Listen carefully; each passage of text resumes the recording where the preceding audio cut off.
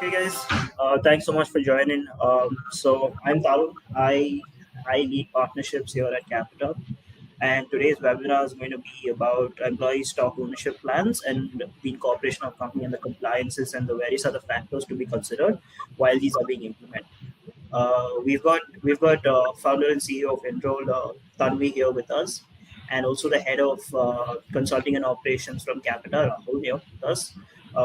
Over to them to introduce themselves, and then we'll get into questions. Hi, Tarun. Thank you for the introduction. I'm going to quickly share my screen to introduce myself and also Inro, after which Rahul can take over. Just give me a moment.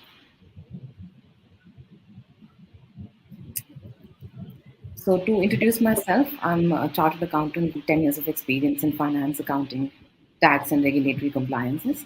I'm also a column writer for financial journals such as the Financial Express and the Economic Times. Now, we as founders, when we started InRole, we realized that a startup founder's journey can be broken and fragmented if it is not done right. Starting with business registration, finding the right bank account, registering for GST, finding an accounting partner, then, of course, paying employees and running payroll, and business compliance with the ROC and RBI, going to employee stock options, and then finally an audit. For this, you have to be ready, and therefore, we created InRole so that you grow your business and we manage your FinOps. So we created a unified platform to streamline your entire journey, starting with incorporating your company, then CFO services, managing payroll, doing your bookkeeping, tax filing, which is ITR, TDS, GST, all compliances with the registrar of companies and with the RBI. Since incorporation, Indone has about 800 plus satisfied customers in India and overseas. We have about 20 years of industry experience, and we have incorporated 600 plus companies in India so far. We have also affiliated with other startup ecosystem enablers to provide a comprehensive service offering to our customers. That's it from my side. Over to you, Rahul. Thanks so much, Tanvi. Yeah. Thanks, Tanvi. And thanks, Arun. I really appreciate you being invited me for this topic, very close to my heart. So I just introduced myself. So I'm Rahul Somani, head consulting and operations at ESOP Direct, working for more than 200 projects in a field of listed and unlisted company, mostly in the equity compensation landscape. Total experience, if you ask me, it is like more than 16 years, 5 years with Pricewaterhouse and more than 10 years in equity based working with ESOP Direct.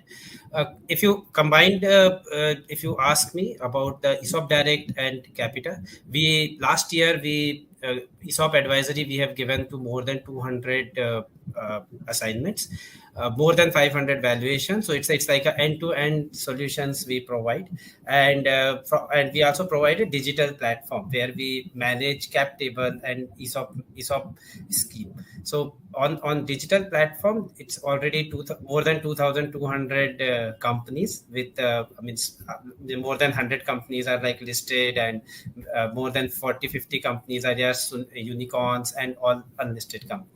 Not only in India, we are like globally, so it's like India and Southeast Asia. So this is All right. Thanks all. Thanks so much.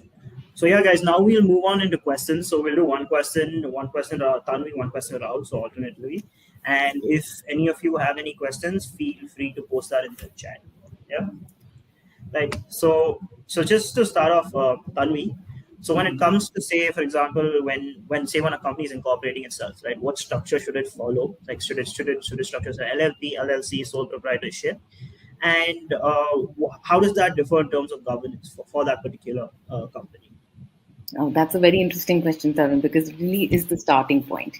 So to explain it in very simple terms, the business structure that you choose should depend on the vision that you have for your company. So for example, let's say I am solo as a founder and I want to start a lifestyle business, then the option that I have in front of me is a sole proprietorship.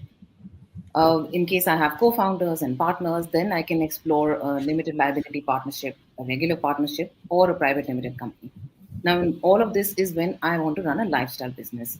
On the other hand, in case, let's say, I want to run a business which has the potential to scale globally across India, and also when I want to raise external financing from a venture capital or a private equity firm, And of course, if I want to issue employee stock options, the only structure that I can look at is a private limited company. And secondly, it's very important to note that the ideal structure of a private limited company is very, very important for ESOPs, because we have founders that come to us who have created a limited liability partnership, and now they want to set up the ESOP structure, in which case we have to convert that LLP into a private limited company. Right. Now, taking the second question that you had, Tarun, about governance, all these structures vary drastically in terms of governance. When you're a sole proprietor, your PAN is the same as the company PAN, right? So you're governed by the Income Tax Act and the GST Act. You're filing your GST returns and income tax returns, and that's fair enough. But when it comes to compliances for a limited liability partnership or a private limited company, you also have to take care of ROC compliances. That means all the forms that you have to submit to the registrar of companies, in addition to the Income Tax Act and the GST Act. And as you grow, let's say you have a lot of cross-border transactions, then you have to comply with the RBI compliances and also the Foreign Exchange Management Act. Thanks so much, Tanvi. So to reiterate, so if a company wants to raise external capital, they have to be a private limited company. Yes. That's the best way to do it. Okay, great. Thanks so much, Tanvi. So yeah, Rahul, over to you. So when it comes to setting up an ESOP plan, right? What milestones should a company keep in mind? Like, are there growth milestones that they have to consider, or do they look and say when they're raising the first round of money, do they then think about, say, creating that ESOP plan? What are your thoughts around this? Yeah, so this is a good question, and I will say it's the most confusing question in the ESOP implementation, that when to start. That is, and if you ask me, there is generally there is no at such stage that okay, we can start only at the startup, or only at the when we are going for listing, or we are already listed. So there is no such a rule that when it should, because there are many case studies available in the market where companies has done it at a later stage also and done well, and some companies who has done it at very early stage with 1 or 2 employees has also done very well in wealth creation for the employees.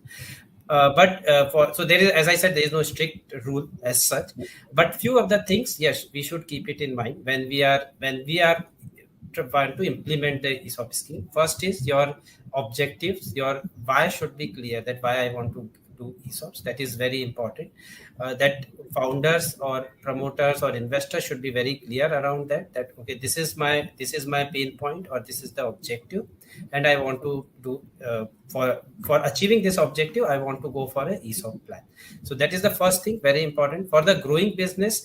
The second thing is like employee retention, where they feel that okay, now they are hiring key employees, and it is very important for growing the business.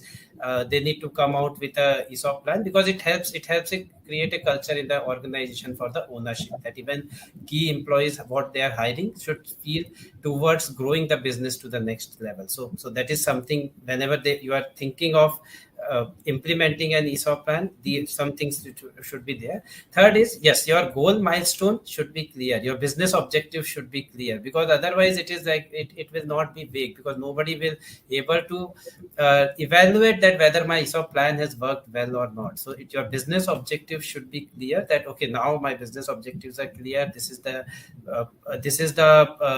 growing stage I am looking for my company. You can look for ESOP implementation. And important thing is that I will repeat myself, it is more like objectives actually, that is very important when you are implementing an ESOP. But I mean, in terms of, say, when do investors look favorably at these companies when they have an ESOP plan in place, or that doesn't matter, say, when an investor looks at a particular company? So yes, so in my experience, yes, investors are like very much looking for ESOP plans, because in their view as well, one person as a owner can't run a company actually. They want you want a group actually who can take it to the next level, and where ESOPs is a best tool for the ownership thing. Means if you want to create that ownership culture, always, yes, the investors are very much look into this, and it's always get a bonus point, I will say, when investors look at ESOP plan and it's a well running. Yes, the terms and conditions maybe differ from investors to investors, but from my end, yes, and we have seen this in the largely, yes. Okay, thanks so much, all, for that. Okay, so Tanvi, say when businesses or companies are looking to expand internationally, now do they take into consideration different factors while incorporating, or how does that work?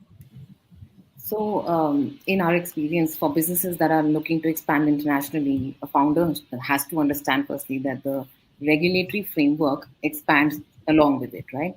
So, Okay, you'll be governed by many more acts than just the Income Tax Act or the Companies Act. You'll have to take care of the Foreign Exchange Management Act. You'll have to take right. care of transfer pricing guidelines.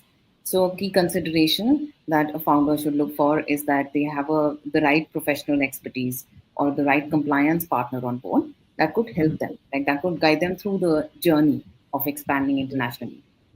Because the truth is that the opportunity cost of the founder cleaning up the mess is a lot higher than the cost of compliance from the initial stage. Okay, I get what you're saying.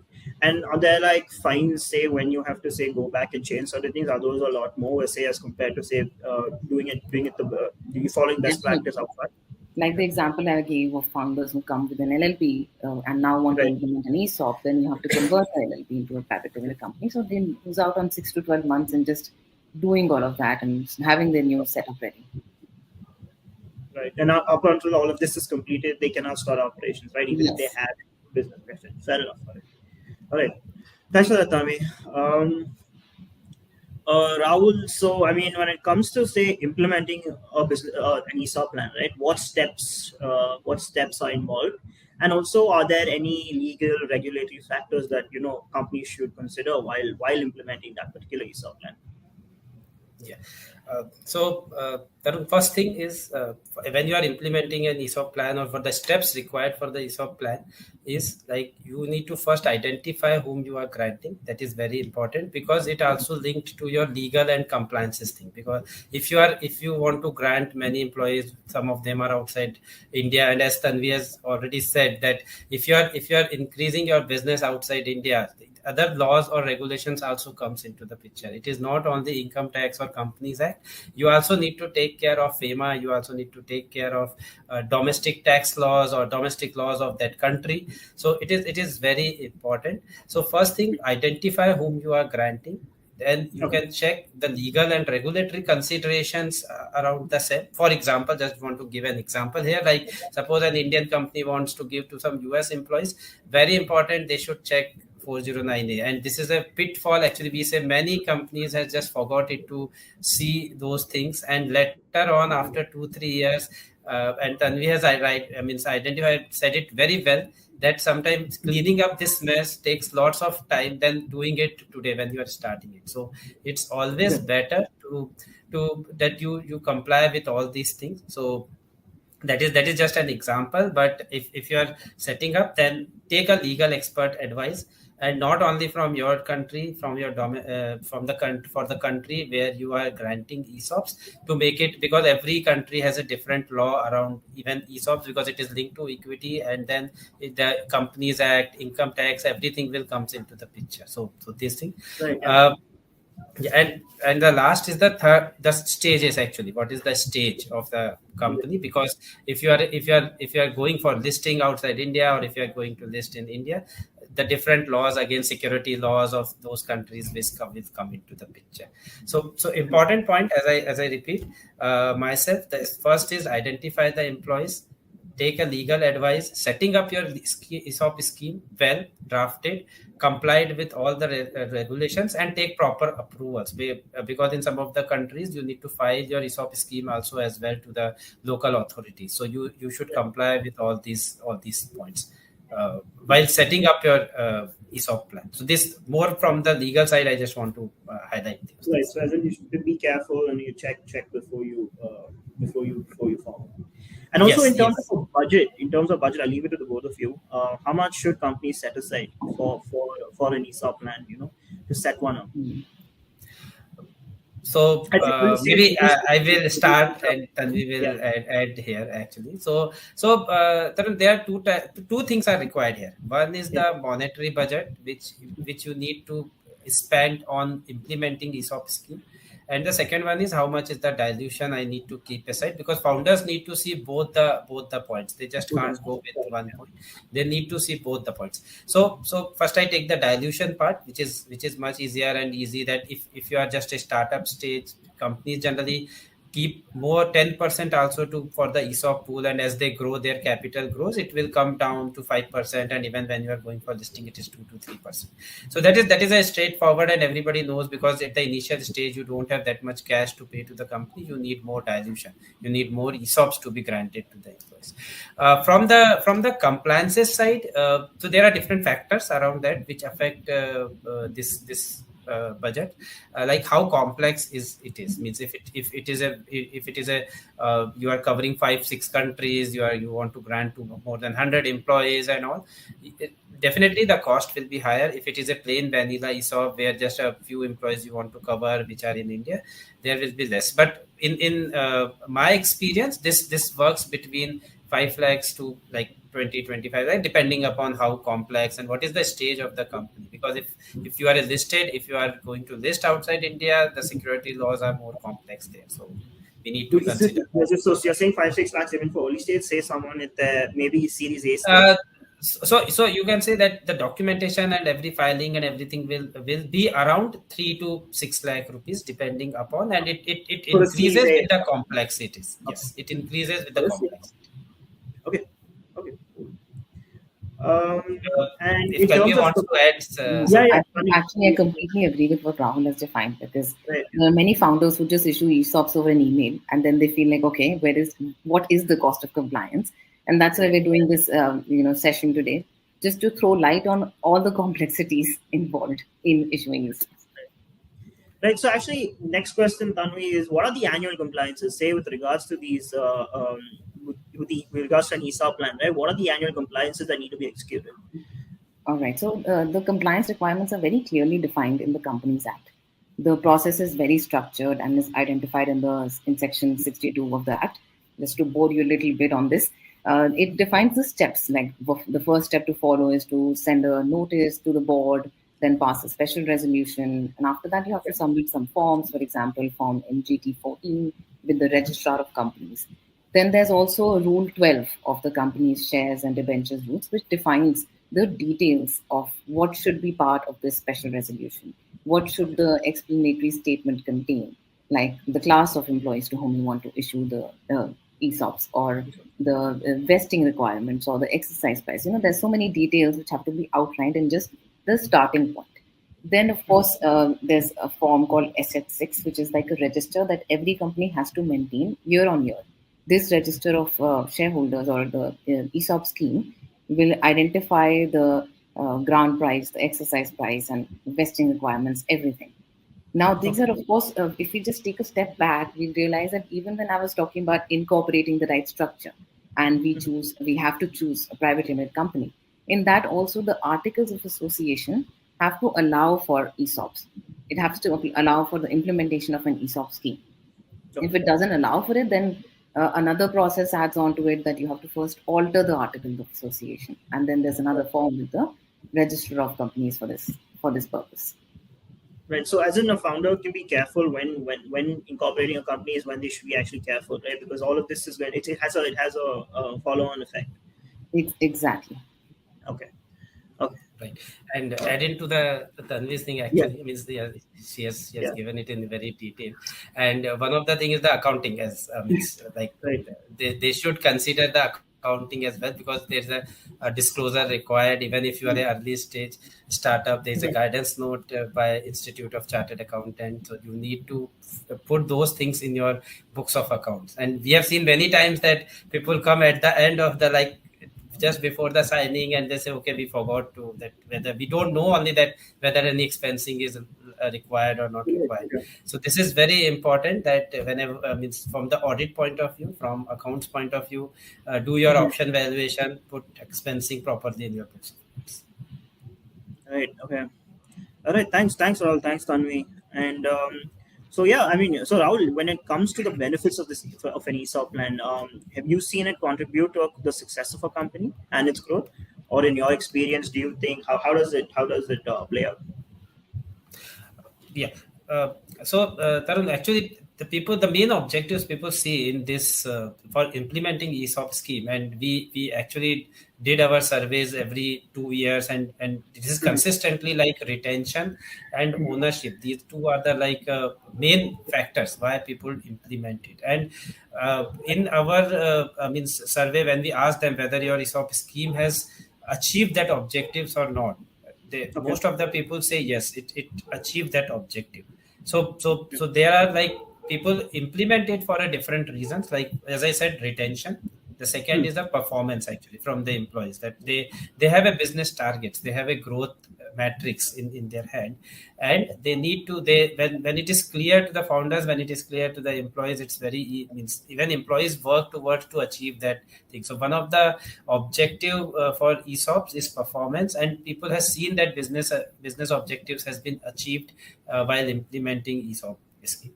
The third is if the employees are retained, and if the business objectives are achieving, wealth creation is like a result, which is like one of the objective, but wealth creation is a result. And there are many examples you see there in our Indian industry, that many unicorns and unicorns has given liquidity events where employees has become again investors from ESOP scheme. So it's like a circle, actually, that you retain, you work, and you get the wealth creation, and it's a cycle. So so in my view, in experience, yes, we have seen that people has achieved their objectives, and major KPIs are like a business and retention. These are the two, and ownership is like a culture, actually, that they develop in their organization. Right. So in short, it does. In your experience, it does contribute, say, to the growth. Okay. Yes. Great. And okay. So Tanvi, like Rahul said, right? It does contribute. Do you all have an ESOP plan in place? Are you all looking to set one up? And say if you all don't have one in place, how are you all going to? Are you all looking to set? What are you all looking at in terms of when you all set that ESOP plan up? Mm-hmm. So Rahul has very clearly defined what are the benefits of ESOPs. I think that's exactly why anybody would consider issuing employee stock options. So I'll answer your question in two ways: as a professional, and as a founder. So as a professional, of course, I know that there are certain growth milestones to follow. Certain founders already, it's either founder driven or it's investor driven. Let's say 50% of the startups raise a round, and the investor requires them to issue ESOPs. So it's very clear mandate in their term sheet when they sign it. The other is when it's founder driven, where they implement ESOPs as number one as a retention strategy, and number two as a rewarding strategy. Because like Rahul very correctly has put it, that it's a wealth creation process, right? So, and building a startup is a wealth creation game from the very start. Everybody who joins, the first few members of the team are in it to see the benefits that they could get 5 years down the line. So now, as a founder, it was a very personal decision on which way and what is the personal milestone. It could be growth milestone. It could be once you have paying customers, you've achieved product market fit, you found your ideal customer profile. So that's why I did not issue any ESOP scheme from the first year. Like, I wanted to test it out, have it on and running, and now we've implemented ESOPs. So for me as a founder, it was a very personal way to approach it instead of how I would see it as a professional. Right. No, I get that. I get the difference. As employees going to join because they want the option in the whole wealth creation, but you have to look at it from you have to take look at the big picture, and I get that. Makes a lot of sense. And say, Rahul, a lot of people are talking about structuring these ESOP plans, right? Now, trust has been spoken about a lot. Do you think that's the best way? Is it advantages? Is it not? What are your thoughts around this?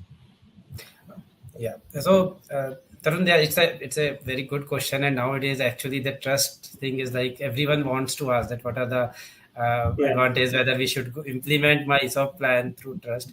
But in my view and from the experience, if you see, trust is a little bit complex structure. It is not so easy. So when you are at a startup stage or when you are growing your business, founders and promoters wants to put more energy towards the growing the business rather than doing the administrative thing, which comes with a trust thing. So even when we conducted survey around the same, and when we asked, and not in India, either in the Southeast Asia, we got the responses that yes, they do, means with the early stage startup until Series C, they don't have a trust actually. Means many few companies have trust. Otherwise, everybody is going to a direct route. And the reason we got is a similar what even we thought that administratively it is not easy.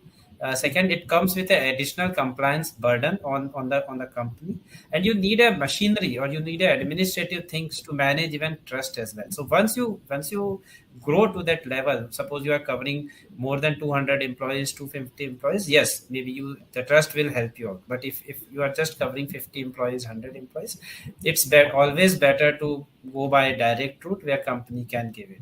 The other advantages, yes, the trust has an advantage of a certainty. The trust has an advantage of the independence from in a startup. But when I talk about a growing business, when I talk about a startup, the confidence is more on the founder or promoter, not on the structure actually. So if they feel that yes, my founder and promoter is with me, even employees are blindly agree.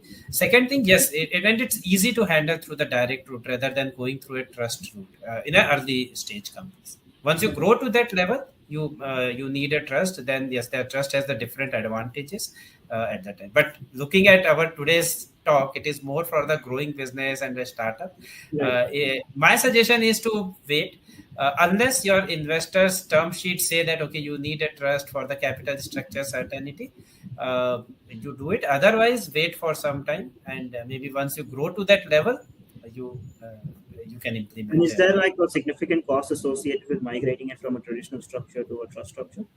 Yes, yes, Tarun. Because as per Companies Act as well, there are separate sections where they define that who can be a trustee, who can't be a trustee. Because once you grow to that level, even the Companies Act or the compliances wants that it should be an independent entity. It should not be like a linked to the company.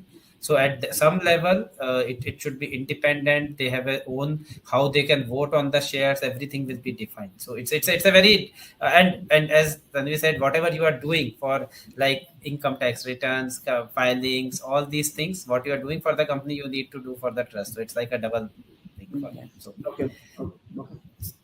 Okay, great. I mean, I'll leave it to the audience. I mean, the people here, if they have any questions.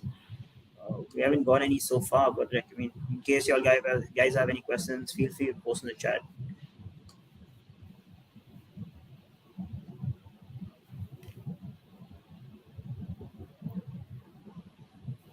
All right, looks like. I mean, things are clear. Everyone here understands what we just said. I mean, thanks so much, guys. Thanks so much. Thanks, Rahul. Thanks, Tanvi, for agreeing to do this, for taking the time out of your day, right? And thanks everybody for coming on this live. We might do another part where we'll dive deeper into say the whole ESOP structure, and where we'll have Tanvi and Rahul again. So yeah, thanks so much, guys. Thanks. Thank you so much. thank you. It's our pleasure. Yes, Thank you. absolutely. Thanks, Tanvi.